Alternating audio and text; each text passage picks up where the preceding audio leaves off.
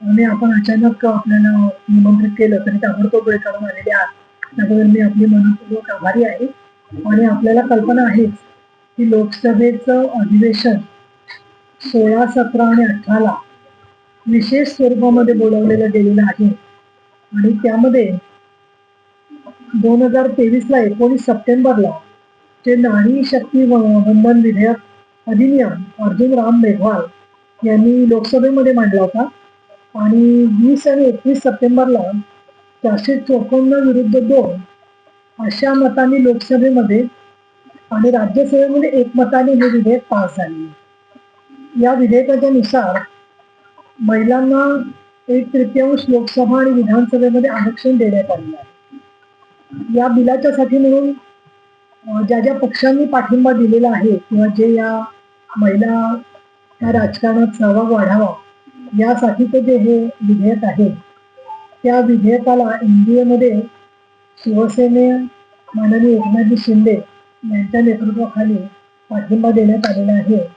किंबहुना आदरणीय प्रधानमंत्री नरेंद्र मोदी यांना एकनाथजी शिंदे यांनी या संदर्भामध्ये एक पत्रही दिलेलं आहे. आणि त्या पत्रामध्ये असं म्हटलेलं आहे की स्त्रियांना लोकसभेतल्या आरक्षणामुळे महिलांची समाजामधली निर्णायक भागीदारी, निर्णायक सहभाग हा चांगल्या प्रकारे क्रांतिकारी परिवर्तनात जाऊ शकेल.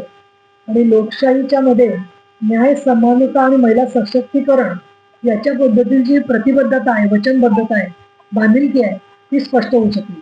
त्याच पूर्वी आपण थोडं वळून पाहिलं तर आपल्याला दिसतं की मुस्लिम महिला संरक्षण कायदा आणि त्यासाठी म्हणून तलाक पीडित महिलांना न्याय देण्याच्या दृष्टिकोनातूनही केंद्र सरकारने पावलं उचललेली आहेत.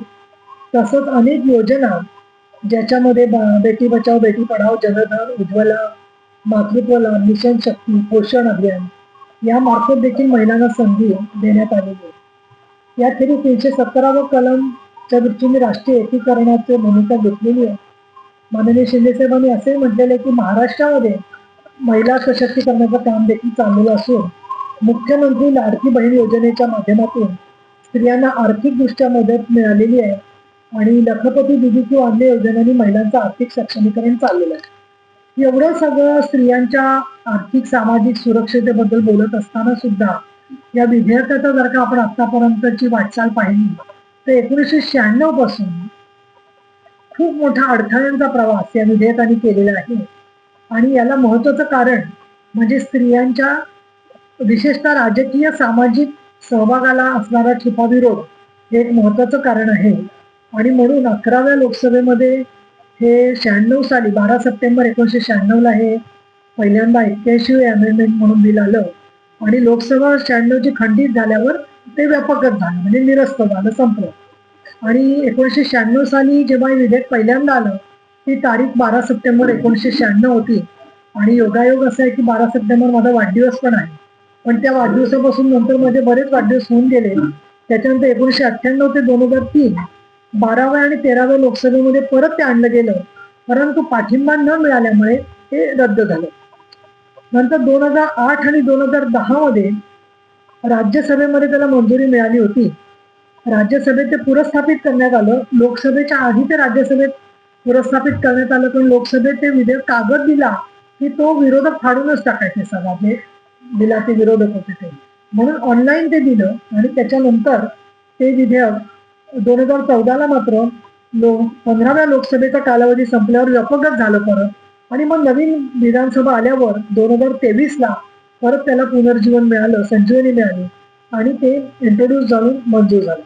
आता उद्यापासून त्या 23 सालच्या विधेयकामध्ये काय होतं की जनगणना आणखी विविध मतदारसंघांची पुनर्रचना याची सांगड घातलेली होती. तर उद्याच्या दिवसाचं महत्व असं आहे की जनगणना आणखीन विविध लोकसभा विधानसभांची पुनर्रचना याच्यापासून हे बिल आता विधेयक विलग केलेलं आहे. आणि किती आकडा त्याचा असणार आहे या संदर्भामध्ये सुद्धा त्यांनी सूचना केलेली आहे. अर्थात विधेयकाची संपूर्ण प्रत उद्या ते इंट्रोड्यूस झाल्यावर आपल्याला मिळेल. ते 131वी घटना दुरुस्ती म्हणून उद्या ते येत आहे. आणि त्याच्यामध्ये आपली जी लोकसभा असेल त्या लोकसभेच्या संदर्भामध्ये 35% ह्या आरक्षणाच्या बरोबर त्याची संख्या जी आहे ती निर्धारित केली जाईल आणि त्याच्यामुळे किती प्रमाणामध्ये स्त्रियांना मिळेल प्रतिनिधित्व, तर या संदर्भात देखील त्यामध्ये मांडणी करण्यात आलेली आहे. त्याच्यावरती साधक बाधक चर्चा होत असताना काही मुद्दे त्याच्या विरोधाचे मांडले जात आहेत. त्याच्या संदर्भात मला भूमिका घ्यावीशी वाटते की कायमस्वरूपी आरक्षण आता 73 आणि 74 घटनेमुळे मिळालं आणि 50% आरक्षण आपल्याला स्थानिक स्वराज्य संस्थात आहे आणि त्यानुसार महिला महापौर झाल्या, जिल्हा परिषदेच्या अध्यक्ष महिला झाल्या आणि स्त्रिया मोठ्या प्रमाणामध्ये महापालिका आणि जिल्हा परिषदेत निवडून देखील आल्या. एक आक्षेप नेहमी घेतला जातो की पतिराजच सगळा कारभार चालवतो, परंतु आतापर्यंत स्थानिक स्वराज्य संस्थात आरक्षण मिळाल्यावर म्हणजे 94 सालापासून आतापर्यंत अनेक निवडणुका होऊन गेल्या आणि माझं स्वतःचं निरीक्षण असं आहे, मी स्वतःही 22-23 वर्षापासून आमदार आहे, की दर निवडणुकीमध्ये लोकप्रतिनिधींचं अधिक शिक्षण झालेले लोकप्रतिनिधी निवडून येत आहेत. मग ते विधानसभेत असतील किंवा महानगरपालिकांमध्ये असतील, अशा प्रकारचे लोक निवडून येत आहेत. दुसरं, आरक्षण लागू झालंय त्याच्यामुळे आपल्याला संधी मिळेल राजकारणामध्ये, या भूमिकेतून अधिकाधिक सक्षम स्त्रिया या राजकारणामध्ये पुढे येत आहेत आणि विशेषतः त्याच्यात महाराष्ट्रामध्ये तर ओबीसी, एससी अशी आरक्षण असल्यामुळे समाजातल्या सर्व गटांमधल्या महिलांना चांगली संधी मिळालेली आहे. आणि पतिराजांचं म्हणाल तर कुटुंबामध्ये बरोबर असणारी व्यक्ती जितपत त्यांच्यावरती संवाद साधत असेल किंवा काही पक्षाच्या भूमिका त्या घेत असतील, पण त्याच्या पलीकडे माझ्या तरी निदर्शनाला अनेक महिला महापौर, अनेक जिल्हा परिषदेच्या अध्यक्षा, अनेक नगरसेविका आलेल्या आहेत की ज्या स्वतःचं काम स्वतःच्या भागामध्ये करत असतात आणि त्यांनी स्वतः दुसऱ्यांना ज्या निवडून येतात, तिसऱ्यांना निवडून येतात, त्यांची स्वतःची व्होट बँक तयार झाल्यामुळे अनेक वेळेला सर्वसाधारण जागांवर सुद्धा महिलांना संधी द्यायला लागलेली आहे. आता उदाहरणार्थ ठाण्याच्या ठिकाणी महिला आरक्षण नसलं तरी सुद्धा सर्वसाधारण गटातल्या महिलांना दिलेलं आहे. कल्याणमध्ये अशाच पदपूर्वी दिली गेली होती आणि म्हणून एक दिसते की विधानसभा आरक्षण लागल्यानंतर स्त्रियांची संख्या वाढेल, तर त्यातून काय साध्य होईल? तर एक पहिलं म्हणजे स्त्रियांना जनतेच्या मध्ये वावरणं.